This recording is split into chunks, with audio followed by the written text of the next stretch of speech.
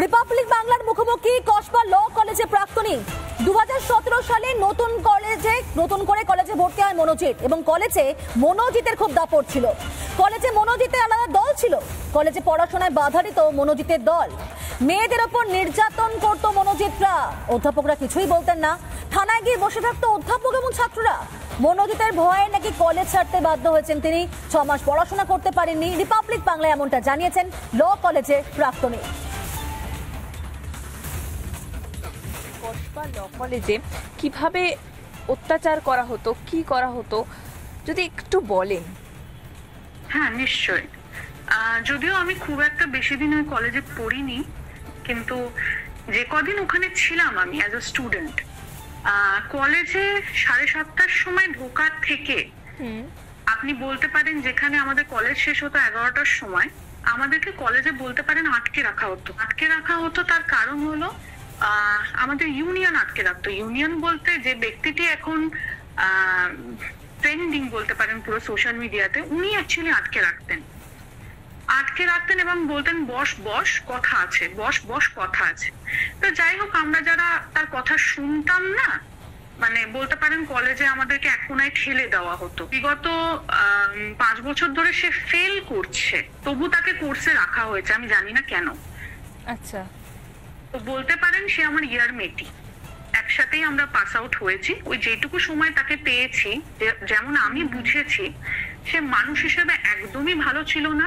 প্রত্যেকবার নতুন করে ইয়ার ঢুকতো এবং সে হলো মানে তাদের কথায় মেয়ে তুলবো, কোট আনকোট মেয়ে তুলবো, মানে তারা মেয়েদের টার্গেট করতো যে এই মেয়েটাকে আমার পছন্দ, এই মেয়েটাকে আমার পছন্দ, এই মেয়েটাকে আমার পছন্দ। এরকম করে করে আমাদের টার্গেট করা হতো। ঠিক যেরকম ভাবে বলতে পারেন সিরিয়াল কিলাররা একটা প্যাটার্ন ধরে বলতে পারেন খুন করে, সেইভাবে সিরিয়ালি একটি মেয়েকে হাঁটু গেড়ে প্রপোজ করে ফুল দিয়ে মানে নানা মানে কথার জালে ফাঁসিয়ে তাকে মিথ্যে কথা বলে, যেটা ফলো হতো ওখানে, মিথ্যে কথা বলে তাকে একা একটা জায়গায় ডাকা হতো। কলেজে প্রায়শই মোলেস্টেশন, সেক্সুয়াল হ্যারাসমেন্ট, এই জন্য অনেকবার গড়িয়াহাট থানাতেও রিপোর্ট করা হয়েছিল। কিন্তু বিশ্বাস করুন, আলটিমেটলি সেটার যে কি ভবিষ্যৎ হয়েছিল আমি জানি না। কিন্তু প্রায়শই প্রত্যেকটা স্টুডেন্ট, প্রত্যেকটা টিচার অর্ধেক সময় কিন্তু থানাতেই থাকতো। এটা তো ভয়ঙ্কর। কেন থানায় কেন থাকতো?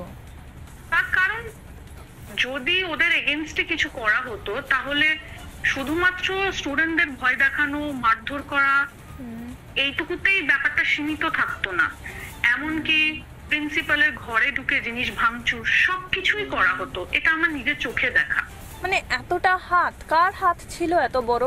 দেখুন, সেটা আমি জানি না, কিন্তু এটা যে বছরের পর বছর হয়ে আসছে সেটা দেখা। ওই 6 মাসে আমি কলেজের যে খারাপ মুখটা দেখেছি। মানে আপনি ভয়ে ছেড়ে দিলেন কলেজ? ভয়ে ছেড়ে দিলাম। আর একটা ব্যাপার হলো, মানে এদের চাপে বলতে পারেন আমাদের কলেজে ক্লাস নেওয়ার সেই ব্যাপারটা আস্তে আস্তে কমে যাচ্ছিল। মানে টিচাররাও, আমি কোথাও গিয়ে ফিল করেছি, টিচাররা ভয় পেত টাকা পয়সা দিয়ে মুখ বন্ধ করে দেওয়া, বা কিছু একটা জিনিস হবে ঘটবে সেটা বুঝতে পেরে একটা সেটেলমেন্টের ব্যাপারে। ওই জন্য আজ পর্যন্ত কেউ ওখান থেকে সেভাবে গলাই তুলতে পারেনি।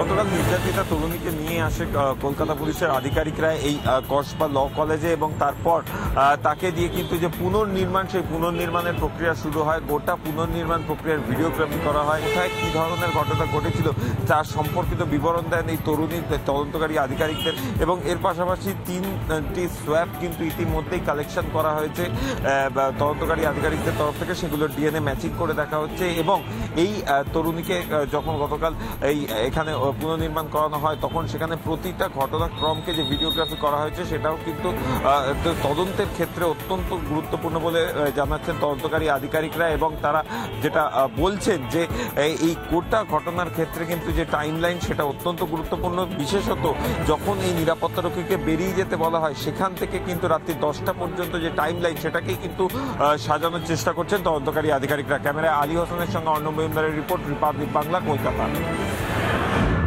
वो लड़की अगर नहीं जाता तो ये घटना नहीं घटते थे। अगर जाने का टाइम लड़की किसी को बता के जाते थे, 2 सहेलियां लेके जाते थे, ये नहीं घटते। We have taken the advantage of the situation. 8 মাসের ব্যবধানে দুটি শিক্ষা প্রতিষ্ঠানের মধ্যে ভেতরে এই ধরনের রেপ এবং একটিতে মার্ডার আর একটিতে রেপ বা গণধর্ষণের মতো ঘটনা ঘটল। কোথায় প্রশাসন? এরপরে একজন মুখ্যমন্ত্রী মুখ দেখাতে পারেন?